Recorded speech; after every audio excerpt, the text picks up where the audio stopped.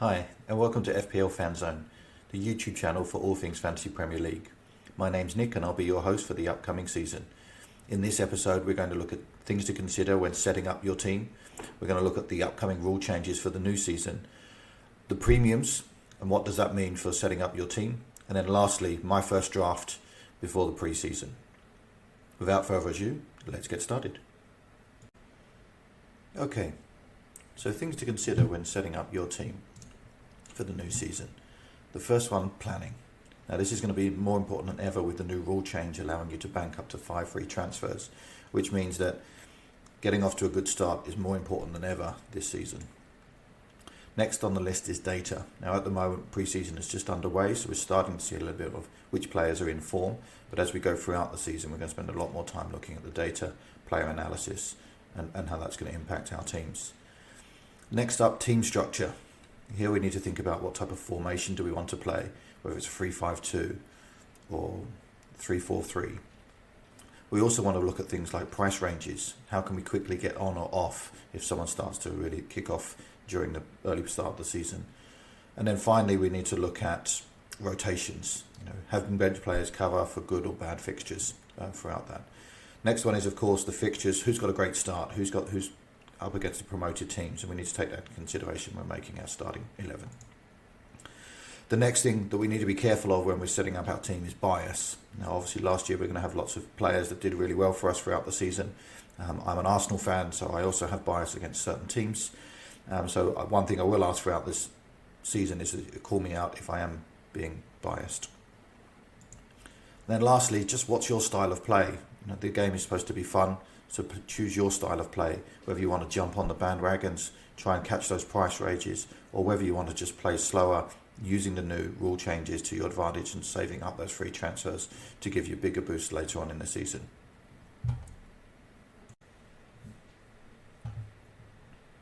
Next up, we're going to look at the new rule changes for this year's 24-25 season.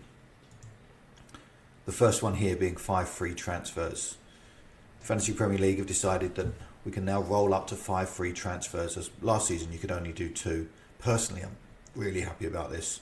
There was a couple of times last season where with careful planning I didn't need to make a transfer, but also didn't want to lose it and burn that transfer. So rolling up to 5 may be a little bit too much, but it'll be really helpful for the casuals that go away for a couple of weeks, they can come back. I've got 5 free transfers.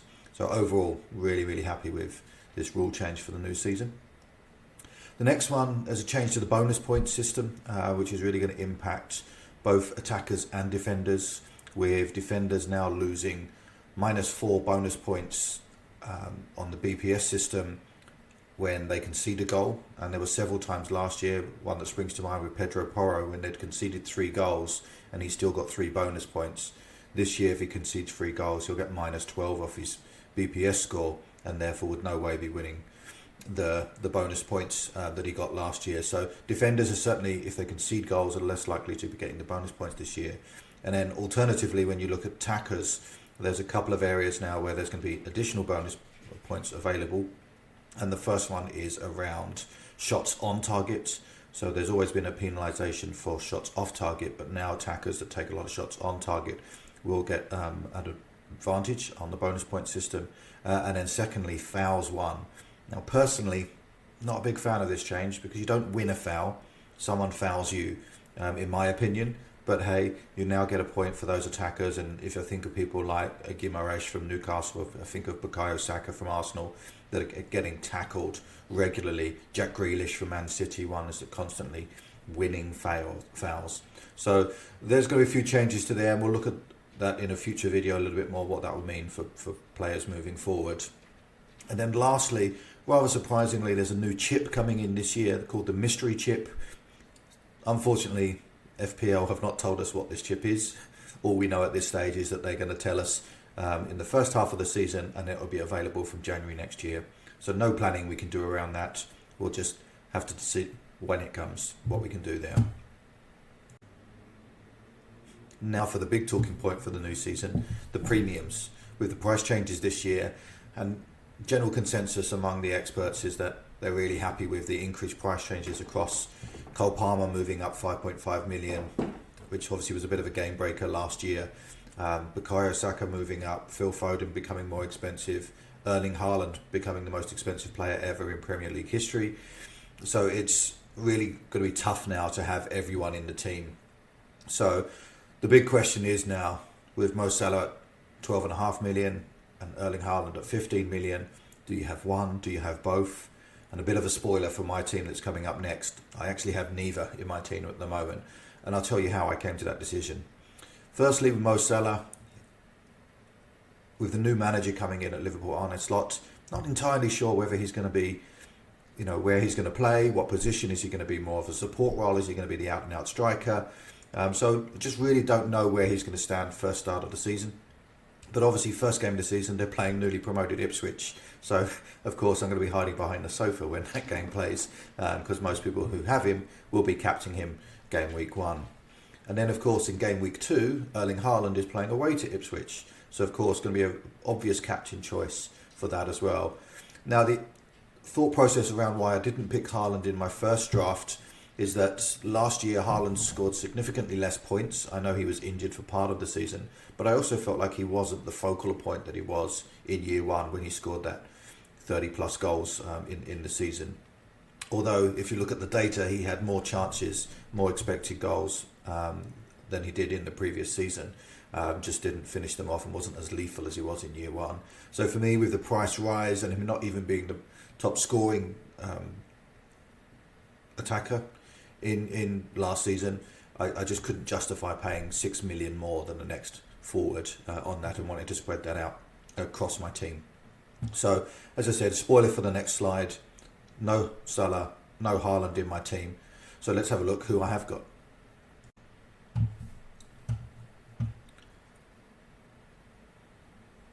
So starting out with my first draft for the 2024-25 season, this team was just picked straight off the bat. No research into fixtures, no research into team structure or prices, just really picking on players based on what I remember from last season and giving me a template to start with before I start looking into more data and pre-season results as we get closer to the game week 1 deadline. So starting off in goal, I've got a 4.5 million goalkeeper in Flecken. No real reason here. He was highly rated last year. He finished, I think, 5th out of all the goalkeepers. And at 4.5 million, it could be any of those. There's plenty of options in there. I think the template at the moment is either Sanchez or Petrovic, although just today, at time of recording, Chelsea have just signed a new goalkeeper, so there may be a bit of upheaval who's going to be the number 1 in that team. We'll see how pre-season goes. Then moving into defence, I've got William Saliba. The reason I picked this was that Arsenal 18 clean sheets last season, by far the best defensive stats in the league, and it just makes sense. He's nailed on. Arsenal have signed a new defender in Calafiori, which I think will potentially take over from Gabriel. So therefore Saliba's the nailed choice, and just taking advantage of those clean sheets. Next up is Jared Branthwaite. Now, Jared had a really good second half of the season. Everton kept 13 clean sheets last year, so had a good, strong season in terms of defensive stats. They didn't start very well, but really did start to pick up towards the second half of last season. So I just wanted a little piece of that Everton defence, because they don't have a huge amount going forward. So just taking advantage of some of their defensive stats from last year. Next up, I've got a 4.5 million defender in Dan Burn. Now, this is obviously a bit of a placeholder. There's a couple of more 4.5 million on my bench. Dan Burn, the reason I picked him, Newcastle looked really good defensively when Nick Pope was in. When he got injured and Dubravka came in, there was obviously real challenges in the second half of last season. But again, this 4.5 range just allows me to rotate through the fixtures in the first half of the season.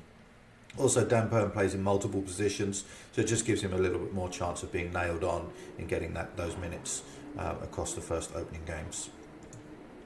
Next up, I've got Cole Palmer, highest point scorer for last season.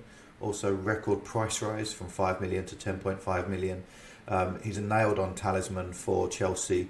My only concern here is, of course, that Chelsea now have a new manager and a new style, and so I don't know what that's going to mean for him. So right now, he's in there for that premium price point and allows me to move potentially to someone like a Heung-min Son from Tottenham, or to not too far to get back up to Salah if I want to move there moving forward.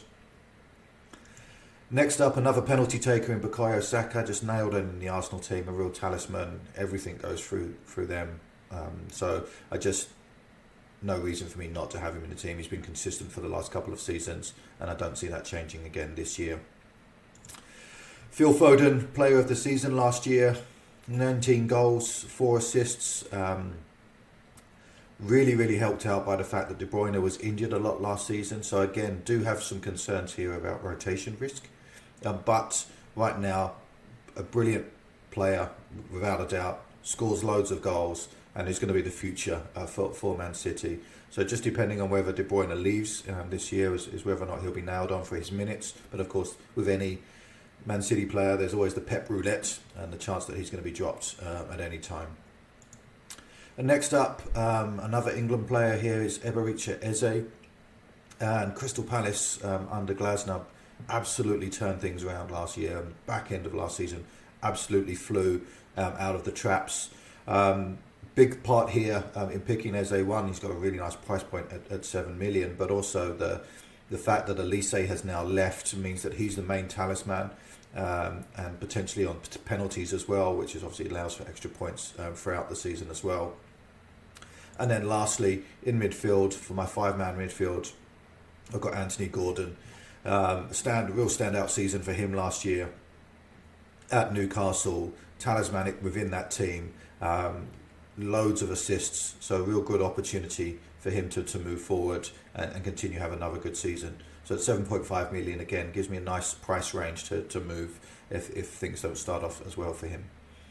And then moving on to the attackers, Ollie Watkins was just really consistent.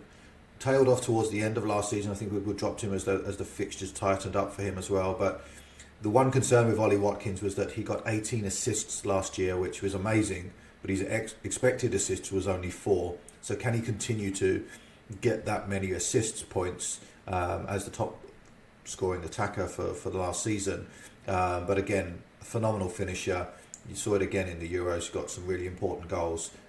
Talisman for Aston Villa, who were really strong last season. The other consideration there is, of course, that they've got Champions League coming up, so that's going to obviously take a little bit away, but let's see how they start off there. And last but not least, we've got Isak, and despite the fact that he had injuries last year and was in rotations with Callum Wilson, really started to find his form and nail his place as the preferred forward for Newcastle, and I think we'll see him in a lot of starting drafts for the start of this season. So overall, as you can see here, I've gone for a 3-5-2 with a real premium focus on midfield, 2 really strong scoring forwards, and looking forward onto my bench. My second goalkeeper is Areola at 4.5. That just allows me to rotate. Again, didn't really look at the fixtures for my goalkeepers, so I can change to any of the 4.5s there, depending on who's got the right good starts. And then in defence, I've got Mark Gahey and Dunk. Both of those had really good seasons last year. Dunk's just a consistent performer when it comes to defensive points throughout the season. So, and then I've got a 4.5 striker in my last place, which is at this point is Fraser, just because he's very lowly owned. So therefore, he's unlikely to price drop and cause me to lose points at the start of the season. So there it is, everyone. My first draft for the 2024-25 season. This will have changed hundreds of times before we get to the start of the season, and I look forward to talking through those changes using the data as pre-season moves forward. Please like, subscribe, hit the notification button if you found this video interesting, and I look forward to catching up with you in the next episode.